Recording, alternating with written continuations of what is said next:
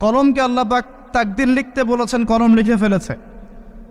শেষ দিন পর্যন্ত কি হবে লেখা আছে।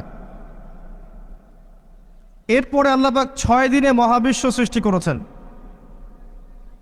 মহাবিশ্ব সৃষ্টি করার পর সুদীর্ঘকাল পর্যন্ত আল্লাহ পাক মানুষকে সৃষ্টি করেননি। অনেক পরে আল্লাহ রাব্বুল আলামিন মানুষকে সৃষ্টি করেছেন। প্রথম মানব আদম আলাইহিস সালাম কি জন্য সৃষ্টি করেছেন? দুনিয়াতে খলিফা হিসেবে। খলিফাকে যে আল্লাহ পাকের বিধান অনুযায়ী বিচার ফয়সালা করে, খলিফা করে পাঠিয়েছে। সূরা বাকারা পড়েন। খলিফাকে, খলিফা আরেকজনকে বলা হয়েছে দাউদ আলাইহিস সালাম। তার ব্যাপারে সূরা সাদের মধ্যে বলা হয়েছে, ইয়া দাউদ ইন্না জাআলনাকা খলিফাতান ফিল আরদ ফাহকুম বাইনান নাসি বিল হক। হে দাউদ, আমি তোমাকে খলিফা করেছি পৃথিবীতে, মানুষের মাঝে হকের মানদণ্ডে বিচার ফয়সালা করো, এটাই তোমার কাজ। ওয়ালা তাতাবিল হাওয়া, প্রবৃত্তির অনুসরণ করো না। যদি করো এটা তোমাকে আল্লাহর পথ থেকে দূরে সরিয়ে দিবে। সর্বপ্রথম আল্লাহ পাক একা ছিলেন, আর কেউ ছিল না। এরপরে আল্লাহ রাব্বুল আলামিন সৃষ্টি করেছেন আরশে আজিম। আরশে আজিম সৃষ্টি করার পর আল্লাহ পাক সৃষ্টি করেছেন কলম। কলমকে আল্লাহ পাক তাকদির লিখতে বলেছেন, কলম লিখে ফেলেছে। শেষ দিন পর্যন্ত কি হবে লেখা আছে। এরপরে আল্লাহ পাক 6 দিনে মহাবিশ্ব সৃষ্টি করেছেন। মহাবিশ্ব সৃষ্টি করার পর সুদীর্ঘকাল পর্যন্ত আল্লাহ পাক মানুষকে সৃষ্টি করেননি। অনেক পরে আল্লাহ রাব্বুল আলামিন মানুষকে সৃষ্টি করেছেন। প্রথম মানব আদম আলাইহিস সালাম কি জন্য সৃষ্টি করেছেন? দুনিয়াতে খলিফা হিসেবে। খলিফাকে যে আল্লাহ পাকের বিধান অনুযায়ী বিচার ফয়সালা করে, খলিফা করে পাঠিয়েছে। সূরা বাকারা পড়েন। খলিফাকে, খলিফা আরেকজনকে বলা হয়েছে দাউদ আলাইহিস সালাম। তার ব্যাপারে সূরা সাদের মধ্যে বলা হয়েছে, ইয়া দাউদ ইন্না জাআলনাকা খলিফাতান ফিল আরদ ফাহকুম বাইনান নাসি বিল হক।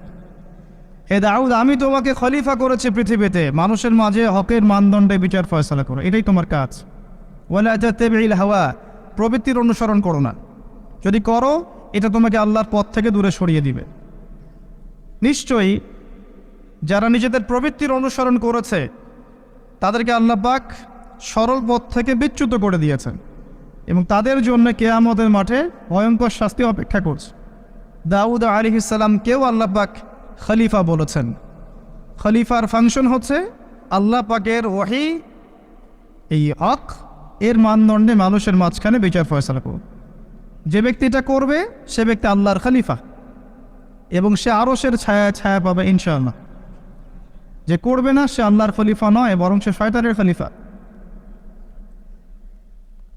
পরীক্ষার জন্য আল্লাহ রাব্বুল আলামিন আরেকটা ক্যারেক্টারকে রেখেছেন, তার নাম ইবলিস। আদম আলাইহিস সালামকে সৃষ্টি করার পরে আল্লাহ পাক প্রথমে জ্ঞান শিক্ষা দিয়েছেন। ওয়া আল্লামা আদম আল আসমাআ কুল্লাহা, সমস্ত নাম আমি আদমকে শিক্ষা দিয়েছিলাম। আদম আলাইহিস সালাম এই মহাবিশ্বের সবচেয়ে জ্ঞানী মানুষ। এই জ্ঞানী মানুষকে জ্ঞানের কারণে সম্মানিত করা হয়েছে, ফেরেশতাদের সামনে উপস্থাপন করা হয়েছে, বলা হয়েছে সিজদা করতে। ফাসাজাদু, সবাই সিজদা করেছে, ইল্লা ইবলিস, ইবলিস করে নাই। কেন করেনি? আবা ওয়াস্তাকবার। খলাকতানি মিন নার ওয়া খলাকতাহু মিন তিন, আমাকে সৃষ্টি করেছেন আগুন দিয়ে, তাকে মাটি দিয়ে। এই অহংকার ইবলিসকে সিজদা করতে নিষেধ করেছে। এখানে আমাদের জন্য শিক্ষা আছে যে আমরাও যদি অহংকারী হই, আমাদের জ্ঞান যদি আমাদেরকে অহংকারী বানায়, তাহলে সেটা জ্ঞান নয়। আমার দারুল উলুম থেকে সার্টিফিকেট থাকতে পারে, হৃদয়ের মধ্যে অহংকার থাকলে আমি জান্নাতে যেতে পারবো না, ফুল স্টপ। আর অহংকার কি? মানুষকে তুচ্ছ করা এবং সত্যকে প্রত্যাখ্যান করা। কারো জুতা সুন্দর হোক, গেট আপ সুন্দর হোক, এগুলো অহংকারের নিদর্শন নয়। অন্যকে তুচ্ছ তাচ্ছিল্য করা এবং আল্লাহর হকটাকে অস্বীকার করা, এটা হচ্ছে অহংকারের নিদর্শন। আবা ওয়াস্তাকবার, ইবলিস জ্ঞানী ছিল, আবেদও ছিল। একটা হুকুম লঙ্ঘন করেছে, আল্লাহর সাথে উল্টা কিয়াস করেছে। আমাকে সৃষ্টি করেছেন আগুন দিয়ে, তাকে মাটি দিয়ে, আপনি আমাকে সিজদা করতে বলছেন মানে আপনি ভুল করছেন, নাউযুবিল্লাহ। সে আল্লাহকে শেখাতে গিয়েছিল, আল্লাহ পাক তাকে মালউন করে দিয়েছেন। চিরস্থায়ী অভিশপ্ত জাহান্নামে। এবং ঘোষণা করে দিয়েছেন আল্লাহ সুবহানাহু ওয়া তাআলা, যে ইবলিসকে ফলো করবে, যে বা যারা ইবলিস এবং তার অনুসারীদেরকে ফলো করবে, তারা সবাই জাহান্নামে যাবে। সূরা আরাফ 179, ওয়ালাকাদ যারানা লিজাহান্নামা কাসীরাম মিনাল জিন্নি ওয়াল ইনস। এখানে অনেক উলামায়ে কেরাম আছেন, আমার কথাগুলো তারা খুব ভালো বুঝবেন এবং তারা এই ব্যাপারটা স্বীকার করবেন।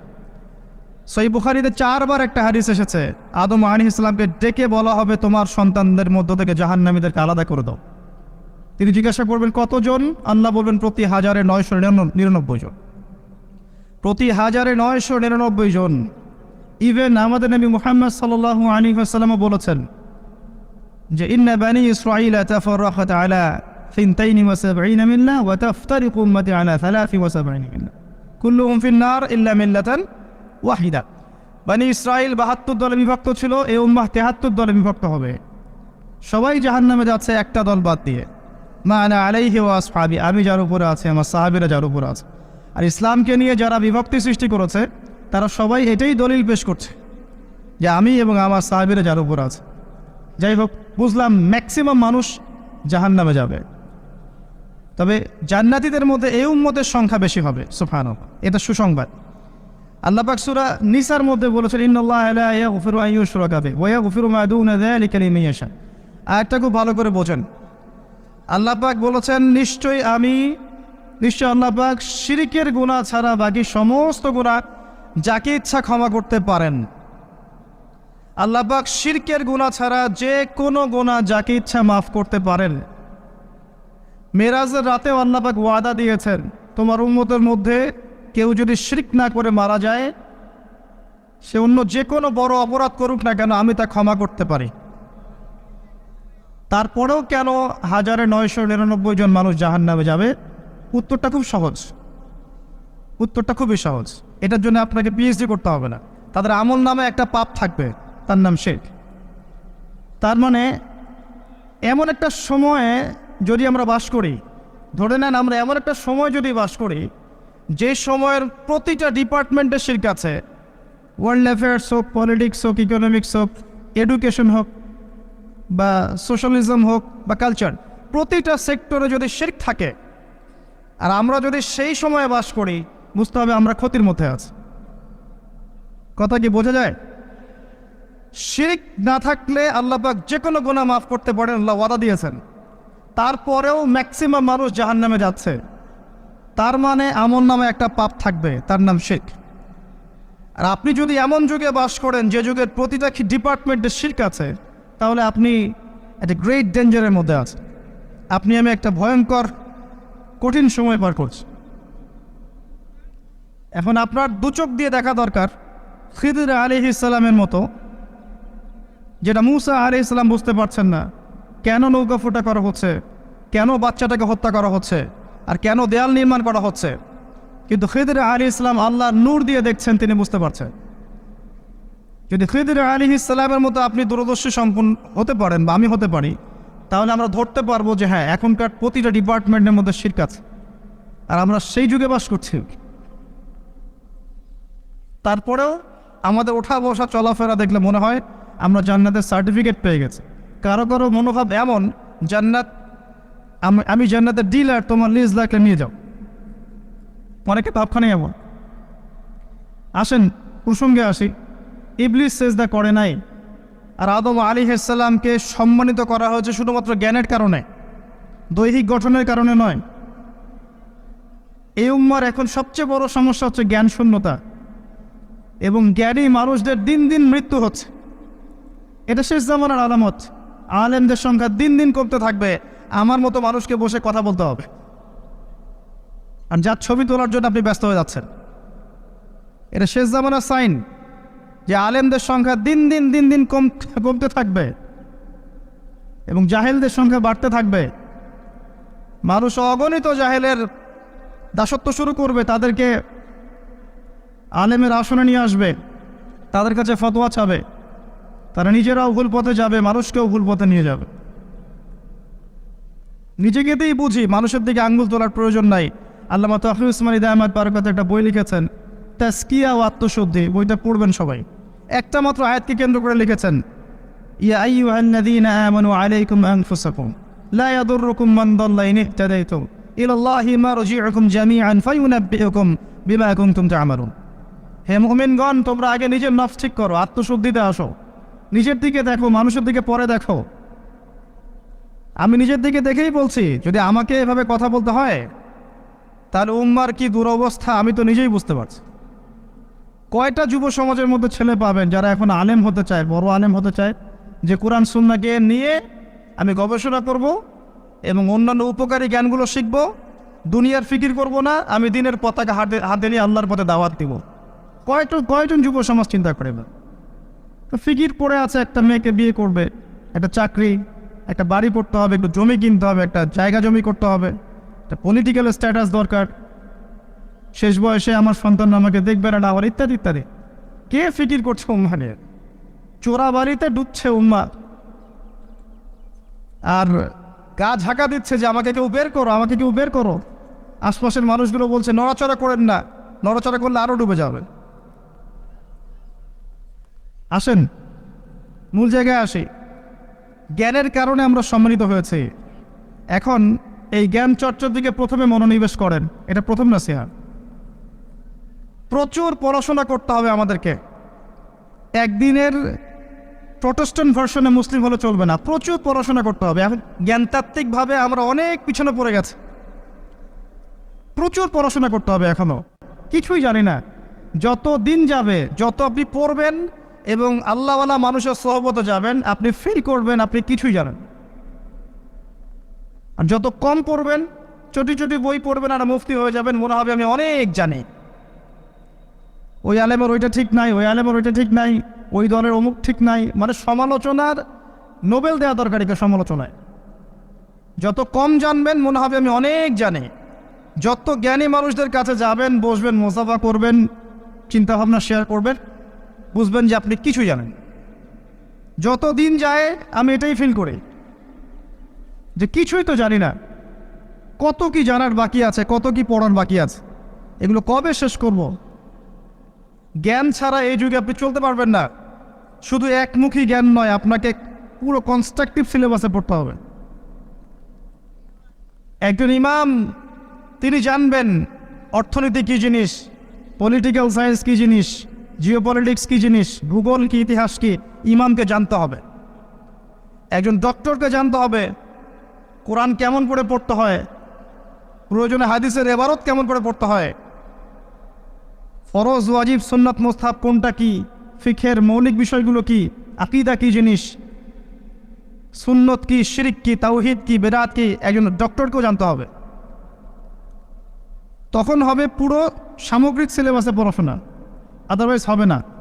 আমরা এই জায়গায় একটা শূন্যতায় ভুগছি। পড়াশোনা করেন, আল্লাহর ওয়াস্তে পড়াশোনা করেন এবং আত্মশুদ্ধি অর্জনের চেষ্টা করেন। এটা তখনই সম্ভব হবে যখন আপনি জানা অনুযায়ী আমল করবেন এবং আত্মশুদ্ধিওয়ালা মানুষদের কাছে যাবেন। এই চেয়ারে যারা বসে ওয়াজ করে চলে গেছেন, এখানে বসার যোগ্যতাও আমার নাই। ওমর রাদিয়াল্লাহু আনহু যখন খেলাফতের দায়িত্ব পেয়েছেন, সিঁড়ি আছে মেম্বরে, তিনি প্রথমে উপরের সিঁড়িতে উঠে গিয়েছেন। কিছুক্ষণ পর হঠাৎ তার কি জানি মনে হলো, তিনি আস্তাগফিরুল্লাহ পরে আস্তে আস্তে নিচের সিঁড়িতে নেমে আসলেন। নেমে এসে শেষের সিঁড়িতে এসে বসেছেন। বসে বলছেন যে প্রথম উপরের সিঁড়িতে দাঁড়িয়েছিল রাসূলুল্লাহ সাল্লাল্লাহু আলাইহি ওয়াসাল্লাম, নিচেরটাতে দাঁড়িয়েছিল আবু বকর সিদ্দিক রাদিয়াল্লাহু আনহু। আমি এখানে বসার জন্য নিজেকে যোগ্য মনে করলাম না, তাই আমি শেষের সিঁড়িতে এসে বসছি। যত আল্লাহওয়ালা মানুষের সোহবতে যাবেন আপনি আত্মশুদ্ধি পাবেন। তাদের সোহবতে যান যাদের ভিতর অহংকার নাই, তাদের সোহবতে যায়েন না যাদের ভিতর জ্ঞানের অহংকার আছে। সৎস্বর্গে আপনি স্বর্গবাস পাবেন, যদিও স্বর্গ শব্দের সাথে আমরা একমত নই, এটা হবে জান্নাত। এখন আমি অনেক বইপত্র দেখছি, স্কুল কলেজের বইপত্র, যেখানে এইসব শব্দ দিয়ে মানুষকে একটা অন্য সংস্কৃতির দিকে নিয়ে যাওয়া হচ্ছে। আবু বকর সিদ্দিক রাদিয়াল্লাহু আনহু একটা ভাষণ ছিল, যখন রাসূল সাল্লাল্লাহু আলাইহি ওয়াসাল্লামের ওফাত হয়ে যায় তখন এই ভাষণটা তিনি দিয়েছেন। যে তোমাদের মধ্যে যারা মুহাম্মদ সাল্লাল্লাহু আলাইহি ওয়াসাল্লামের ইবাদত করতো তারা জেনে রাখুক যে মুহাম্মদ সাল্লাল্লাহু আলাইহি ওয়াসাল্লাম ইন্তেকাল করেছেন। আর যারা আল্লাহর ইবাদত করে তারা জেনে রাখুক তিনি হচ্ছেন হাইয়ুন লা ইয়ামুত। এটা তিনি বলেছিলেন। এটাকে এখন অনেক বইয়ের মধ্যে আনা হয়েছে যে তোমরা জেনে রাখো যারা মুহাম্মদ সাল্লাল্লাহু আলাইহি ওয়াসাল্লামের পূজা করত তারা জেনে রাখুক তিনি মারা গেছেন বা মৃত্যুবরণ করেছেন। ইবাদতের জায়গায় পূজা শব্দ কেন নিয়ে আসা হলো? আর যারা আল্লাহর পূজা করে তারা জেনে রাখুক যে আল্লাহ অমর। এইসব শব্দের কি দরকার আছে? যে শব্দ যে অনুবাদ সেটা আনতে হবে। তো একটা পূজা আর একটা ইবাদত দুটো কি সমান? তো সব জায়গায় সমস্যা দেখছি আমরা। আমি যে কথাটা বলতে চাচ্ছি যে ইলম অর্জনের সাথে আমলে সালেহ দরকার, এবং যে আলেম ওলামায় যে ওলামায়ে কেরাম নিরহংকার, যাদের মধ্যে অহংকারের বালাই রেশ মাত্র নাই, আত্মশুদ্ধিতে পরিপূর্ণ, আল্লাহ নূরে পরিপূর্ণ, এইসব ওলামায়ে কেরামের কাছে যান, তাদের সাথে সোহবতে সময় কাটান, আপনার চিন্তাভাবনা শেয়ার করেন, তারা আপনার ভিতরের ভুলটা ধরিয়ে দিবেন ইনশাআল্লাহ, এবং ত্রুটিটাকে সংশোধন করে আপনাকে আল্লাহর রাস্তায় নিয়ে বের হবে ইনশাআল্লাহ। এটা প্রয়োজন আছে। তখন খিদর আলাইহিস সালামের মতো নূর পাওয়া যাবে ইনশাআল্লাহ তাআলা। এই দুই চোখ দিয়ে আপনি যদি চারপাশের পরিবেশটাকে দেখেন তাহলে বুঝতে পারবেন যে আমরা একটা খুব খারাপ সময়ের মধ্য দিয়ে অতিবাহিত করছি। প্রতিটা সেক্টর, বিশ্বটা এমন একটা জায়গায় দাঁড়িয়ে আছে যে যে কোনো সময় বিশ্বে ম্যাসাকার পরিস্থিতি সৃষ্টি হতে পারে, যে কোনো সময়। আল্লাহ ভালো জানেন যে এই বিশ্বের হাতে কতটুকু সময় বাকি আছে, আমরা জানি না, কিন্তু পরিস্থিতি যা দেখছি বা বোঝা যাচ্ছে, যারা বিশ্বের অ্যাফেয়ার্সগুলো নিয়ে পড়াশোনা করেন, ঘাটাঘাটি করেন, তারাই বলছেন যে ওয়ার্ল্ডের সামনে এখন বেশি সময় বাকি নেই হয়তো বা।